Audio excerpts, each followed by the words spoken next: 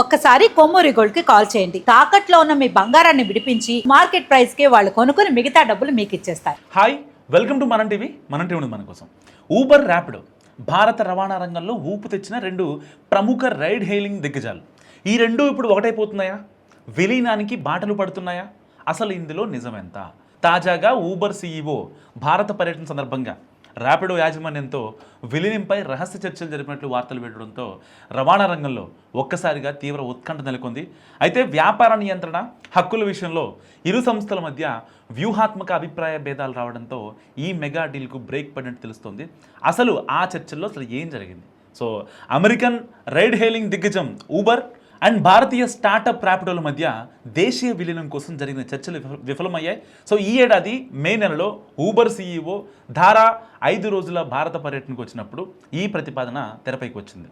భారత మార్కెట్లో విస్తరిస్తున్న తీవ్ర పోటీ, నగదు వ్యయాన్ని తగ్గించుకోవడం, వ్యాపారాన్ని మరింత బలోపేతం చేయడం లక్ష్యంగా రెండు సంస్థల ఉన్నతాధికారులు విస్తృతంగా చర్చలు జరిపారు.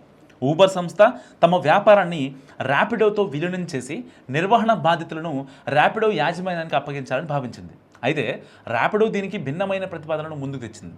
క్యాష్ అండ్ స్టాక్ లావాదేవీల రూపంలో ఊబర్ భారత వ్యాపారాన్ని పూర్తిగా తామే కొనుగోలు చేస్తామని, ఊబర్కు ర్యాపిడోలో మైనారిటీ వాటా ఇస్తామని ప్రతిపాదించింది. కానీ వ్యూహాత్మకంగా ఎంతో కీలకమైన భారత మార్కెట్పై నియంత్రణను పూర్తిగా వదులుకోవడానికి ఊబర్ ఏమాత్రం సిద్ధపడలేదు. సో 2020లో ఊబర్ ఈట్స్ వ్యాపారాన్ని జొమాటోకి విక్రయించినప్పటికీ ప్రధాన రైడ్ హెయిలింగ్ విభాగంలో తన ఉనికిని కోల్పోవడం ఊబర్కి ఏమాత్రం ఇష్టం లేదు.